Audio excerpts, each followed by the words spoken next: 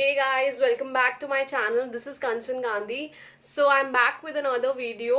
और ये वीडियो होने वाली है इस टॉपिक पे जिसकी रिक्वेस्ट मुझे अभी लास्ट वीडियो के बाद ही आई। आप लोग ये भी जानना चाहते हो अगर हमारा DU में नहीं होता किसी रीज़न से, हमारा एंट्रेंस में कहीं ना कहीं कोई कमी रह जाती है, उसके बाद हमारे पास और कौन सी ऐसी यूनिवर्सिटीज़ हैं जहाँ से हम B.Ed कर सकते हैं। तो इस वीडियो में मैं आपको वो यूनिवर्सिटीज़ बताऊँगी जहाँ से जो आपको एज एन ऑप्शन आप रख सकते हो। तो अगर आपको वीडियो पसंद आए तो प्लीज़ वीडियो को लाइक कर देना, चैनल पे पहली बार आए हो तो चैनल को प्लीज़ सब्सक्राइब कर देना।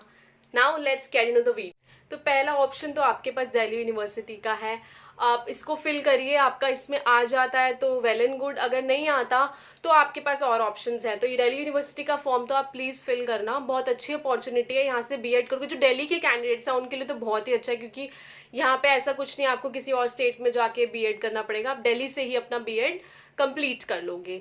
सेकेंड ऑप्शन जैसे मैंने RI का देखा, regional institute of education, in RIs में मुझे एक बस यही बेनिफिट लगा है कि वहाँ पे अगर आपको अपने ईयर सेव करने हैं, जैसे आपका इसमें कोर्सेज इन्होंने डाले हुए हैं BSc प्लस B.Ed है, तो उसको इंटीग्रेट कोर्स बना के 4 ईयर का कर दिया। जैसे आपको यहाँ पे ग्रेजुएशन के बाद 2 साल और यानी 5 साल हो गए पूरे, तो ये करने पड़ेंगे। बाकी अगर आप RI से 12th के बाद करोगे तो आपका BSc प्लस B.Ed दोनों हो जाएगा, या BA प्लस B.Ed दोनों हो जाएगा, depending on your subject.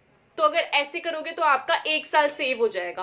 But इसके अलावा एक बेनिफिट ये है कि शायद इनके कुछ अपने केवीज, अपने रीजनल केवीज से टाई अप्स होते हैं, तो ये उनमें उनको प्लेसमेंट दिला देते हैं। कुछ जो इनके टॉपर स्टूडेंट्स होते हैं, कॉन्ट्रैक्चुअल प्लेसमेंट्स की बात कर रही हूँ, यहाँ पे 1 साल का कॉन्ट्रैक्ट फिक्स्ड होता है और ऐसा कुछ कॉन्ट्रैक्चुअल ये फिक्स कर देते हैं। और ये अपने वहाँ पे जो इंटरव्यू प्लेसमेंट्स में बच्चे बैठते हैं तो वो उनके हिसाब से देखी है बच्चों की। मैंने कुछ स्टूडेंट्स हैं जो कॉन्टैक्ट में हैं मेरे वहाँ पे रीजनल इंस्टीट्यूट में, तो उन्होंने मुझे ये बताया कि इनिशियल सैलरीज उनके सीनियर्स से उनको पता चला है जो इनिशियल सैलरीज होती है वो ऐसे ही जाती है 20 to 25K। तो ये तो आपको यहाँ दिल्ली यूनिवर्सिटी से B.Ed करने के बाद भी आप आसपास कहीं अप्लाई करोगे इतनी तो आपको यहीं पे मिल जाएगी। तो लेकिन हाँ, अगर कोई वहाँ के रीजनल बच्चे हैं जो वो वहाँ से करना चाहें तो वो भी कर सकते हैं। तो बस मुझे थोड़ा सा यही दोनों में डिफरेंस लगा। बाकी मैंने इनका सिलेबस चेक करा है, सिलेबस तो इनका दिल्ली यूनिवर्सिटी वाला ही है, पैटर्न भी वही है।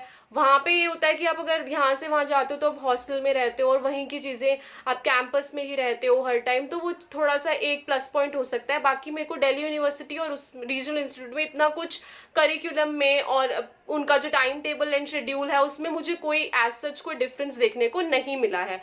तो मैं ऐसा नहीं कहूँगी कि ये बेटर है या वो बेटर है, मुझे दोनों का ऐसा कुछ नहीं लगा कि डिफरेंस है। वहाँ पर भी आपको एक्टिविटीज़ वैसे ही कराई जाती हैं जैसे दिल्ली यूनिवर्सिटी की मैंने आपको बताई हुई है। तो आप कहीं से भी करो, एंट्रेंस एग्जाम उसका भी होता है, इसका भी होता है, दोनों ही मेरे ख्याल से इक्वल मैं दोनों को रखना चाहूँगी। ऐसा कुछ नहीं है कि वहाँ का हायर है और यहाँ का कुछ लो है। ये भी वैसे ही, यहाँ दिल्ली यूनिवर्सिटी आपको प्लेसमेंट नहीं देता लेकिन RI आपको प्लेसमेंट देता है। वो भी ऐसा नहीं है कि हर बच्चे की प्लेसमेंट हो जाती है वहाँ से। ऐसे ही दिल्ली यूनिवर्सिटी से भी अगर आप B.Ed करोगे, भले ही यहाँ पे आपको प्लेसमेंट नहीं मिलती, लेकिन यहाँ से भी आप कहीं पर भी अगर अप्लाई करोगे तो अच्छा रहता है यहाँ पे। सिर्फ क्योंकि जिस स्कूल में मैं पढ़ाती हूँ अभी, तो जब मैं डॉक्यूमेंट वेरिफिकेशन के लिए गई थी तो डॉक्यूमेंट वेरिफिकेशन के टाइम पे उन्होंने मुझसे जाते ही, क्योंकि मैं आपको मेरी नेक्स्ट वीडियो में देखने को मिलेगा कि मैं कहाँ पढ़ा रही हूँ, तो डॉक्यूमेंट वेरिफिकेशन में जब मैं गई तो उन्होंने मुझसे यही क्वेश्चन पूछा कि आपने B.Ed कहाँ से करा है, और मैंने उनको बताया दिल्ली यूनिवर्सिटी से करा है। तो बस वो वहीं इंप्रेस हो गए, फिर उन्होंने कुछ एक्स्ट्रा कुछ नहीं पूछा मुझसे, बस उन्होंने कहा कि चलो अपने डॉक्यूमेंट्स वेरीफाई करा दो। तो वो प्रिंसिपल भी बाद में मुझे पता चला कि CIE यानी सेंट्रल इंस्टीट्यूट ऑफ एजुकेशन, जो कि दिल्ली यूनिवर्सिटी का ही सेंटर है, वहाँ से है। पहले के टाइम पे ये MVCOE नहीं था जहाँ से मैंने B.Ed करा है, तो पहले के टाइम पे CIE था मेन, बट अब तो MVCOE भी है, ये भी अच्छी ब्रांच है। सारे 4 कॉलेजेस हैं, सारे ही अच्छे हैं। तो दिल्ली यूनिवर्सिटी का भी नाम है, अगर आप जाते हो तो काफ़ी अच्छा इंप्रेशन पड़ता है जॉब के टाइम पे भी कि हाँ आपने दिल्ली यूनिवर्सिटी से अपना B.Ed कंप्लीट किया है। इसके अलावा मैं आपको सजेस्ट करना चाहूँगी, जैसे अगर दिल्ली की बात, इसके अलावा बात करें हम, तो है IP यूनिवर्सिटी। तो ये भी एंट्रेंस एग्जाम कंडक्ट करती है और इनका भी वैसा ही पैटर्न है जैसा हमारा है, बट यहाँ पे टीचिंग सब्जेक्ट्स का कुछ अलग चेंज है। जैसे मैंने आपको बताया दिल्ली यूनिवर्सिटी में टीचिंग सब्जेक्ट आपको लेना पड़ता है, जैसे आपका जो स्ट्रीम है और उसका फिर आपको स्पेशलाइजेशन कुछ लेना पड़ता है। लेकिन वहाँ पे ऐसा होता है कि वहाँ पे आपका, अगर आपने साइंस ले लिया तो आप इंग्लिश लैंग्वेज भी ले सकते हो। तो वहाँ पे कुछ ऐसा पैटर्न है। मेरे काफ़ी फ्रेंड्स हैं आईपी में जिनका डीयू में नहीं हुआ था, तो ऑब्वियसली आईपी में गए थे। तो आईपी का मेरे को एक नेगेटिव पॉइंट ये भी लगता है कि वो थोड़ा सा अनअफोर्डेबल हो जाता है, क्योंकि उनका जो फी स्ट्रक्चर होता है वो काफ़ी ज़्यादा होता है। तो मुझे थोड़ा सा उनका नेगेटिव पॉइंट लगता है कि फ़ी उनकी काफ़ी ज़्यादा है। 40,000 आई गेस पर सेमेस्टर है, या पता नहीं 40,000 उनकी एक साल की फ़ीस है। ये मैं सिर्फ किसी कोई एक कॉलेपी यूनिवर्सिटी में इस साल जो है इंटर्नशिप्स नहीं हुई, मतलब प्रॉपर वैसा वाला जो इंटरेक्शन होता है ना टीचर स्टूडेंट वाला, वो नहीं हुआ। ये मुझे जानने को मिला है अपने ऐसे फ्रेंड्स हैं जो कि आईपी यूनिवर्सिटी से बीएड कर रहे थे। लेकिन जो मेरे खुद के जूनियर्स हैं उनका पूरा प्रॉपर हुआ है वो एससीपी, भले ही उनका ऑनलाइन मोड में चला है, लेकिन उन्होंने पढ़ाया है 3-4 महीने बच्चों को। तो ये मुझे लगा कि हाँ, दिल्ली यूनिवर्सिटी थोड़ा सा देखती है, उनको कंडक्ट कराना है तो वो कैसे भी कराएंगे। भले ही पेंडेमिक है, लेकिन पेंडेमिक के टाइम पे भी उन्होंने अपनी इंटर्नशिप कराई है। सब ऐसा नहीं कर रही कि हाँ मुझे नहीं पसंद है आईपी, बट हाँ ये थोड़ा सा मुझे फैक्टर यहाँ पे चेंजिंग लगा।